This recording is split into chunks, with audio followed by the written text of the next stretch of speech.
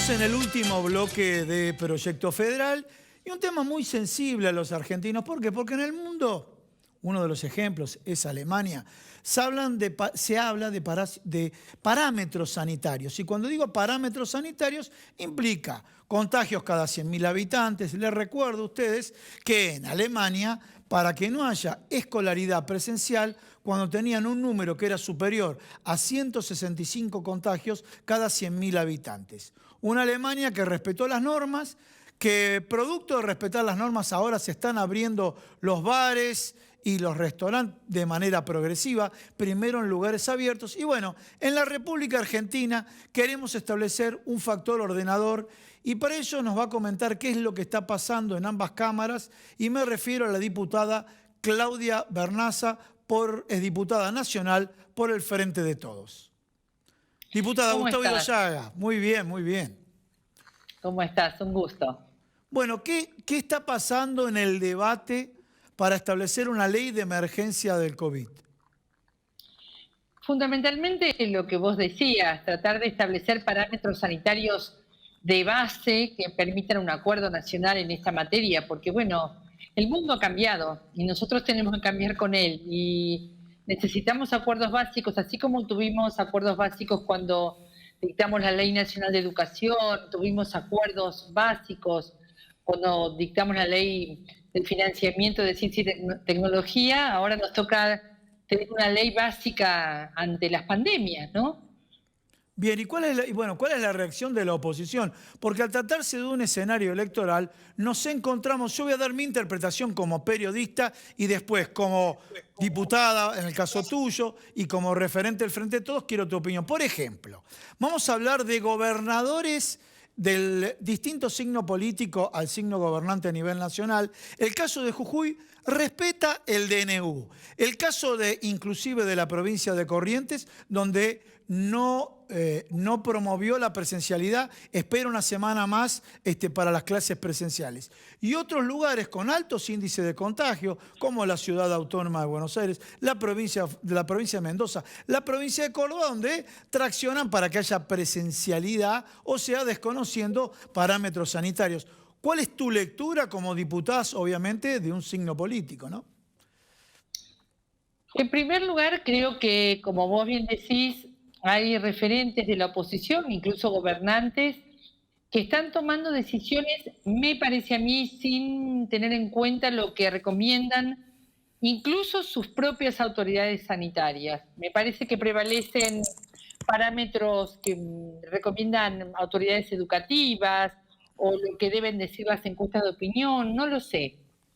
Pero resulta evidente que cuando prevalece la voz de los sanitaristas, vamos hacia menor circulación de gente. Porque estamos jugando una carrera contrarreloj y esa carrera es una carrera que necesita vacunar en el menor tiempo posible a la mayor cantidad de gente, por eso toda la logística que se ha puesto en juego para conseguir vacunas en un mundo que las disputa, Sí. donde no es tan fácil negociar y conseguirlas. Y esa carrera necesita ser ayudada, ser acompañada. Claro. Y una de las formas de acompañar esa carrera contrarreloj es quedarnos lo más quietos que podamos, digamos. Bien. Y bueno, a veces lo educativo se quiere poner como en primer lugar, como una cuestión catastrófica, pero creo que lo más catastrófico es que los chicos circulen, los adultos circulen por la educación de los chicos y todo eso haga que se contagien sus familiares e incluso mueran, ¿no?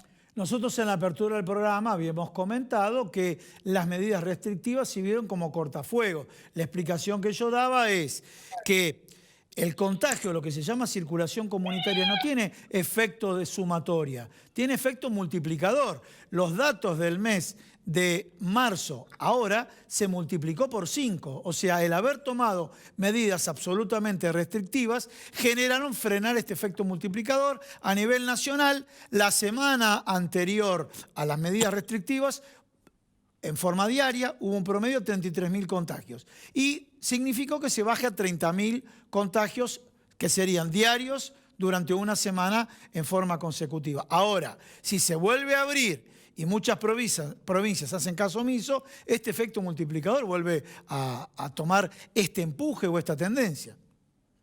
Por supuesto, porque el crecimiento es exponencial, es absolutamente exponencial. Por eso necesitamos esta ley, porque no puede ser que nos gobierne la Corte Suprema de Justicia o las decisiones tomadas en forma individual por las provincias, desde una autonomía mal comprendida, mal entendida, porque nadie está dejando de lado las competencias que tienen las jurisdicciones, pero eso no significa que no haya que tomar medidas en todo el territorio porque el virus no conoce de fronteras jurisdiccionales, así que Claro. me parece que la ley es urgente, tal cual, para que gobierne el pueblo de la nación y no 4 jueces. Bueno, clarísimo. Pero ¿cómo viene el conteo? Me faltó esa pregunta. ¿Cómo viene el conteo? ¿Cómo vienen los porotos?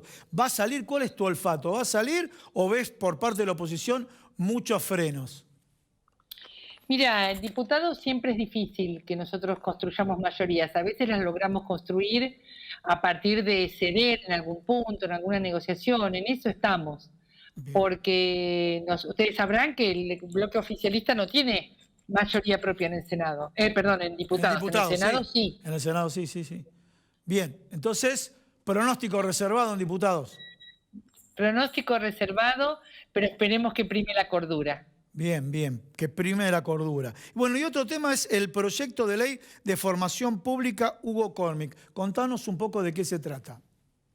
Bueno, en primer lugar es un homenaje, el proyecto es un homenaje a un gran pensador del Estado y la Sí, administración pública, como fue el profesor, docente y militante Hugo Córmic, que participaba de la Comisión de Estado y Administración Pública del Instituto Patria, que yo coordino, que nos ha dejado hace muy poco tiempo por una enfermedad terminal contra la que luchó a brazo partido, pero bueno, finalmente no pudo ser y Hugo Córmic nos dejó. Pero nos dejó también una cantidad de enseñanzas referidas a la necesidad de que los trabajadores y trabajadoras del Estado, así como sus funcionarios, tengan real conciencia acerca de la naturaleza, el rol y los fines del Estado, que no es lo mismo que la organización, la naturaleza y el rol que cumplen las empresas u otras organizaciones. clarísimo, clarísimo. Bueno, diputada, muchas gracias por comunicarte con nosotros y sí, vamos a estar al tanto, a ver si sale la ley o no, y te vamos a llamar en las postrimerías y esperamos que salga esta ley para poder, me refiero a la ley de COVID, me refiero para poder establecer parámetros y dejar de lado la subjetividad y recurremos a los que saben, a los infectólogos, a los sanitaristas, para aplicar o no medidas restrictivas.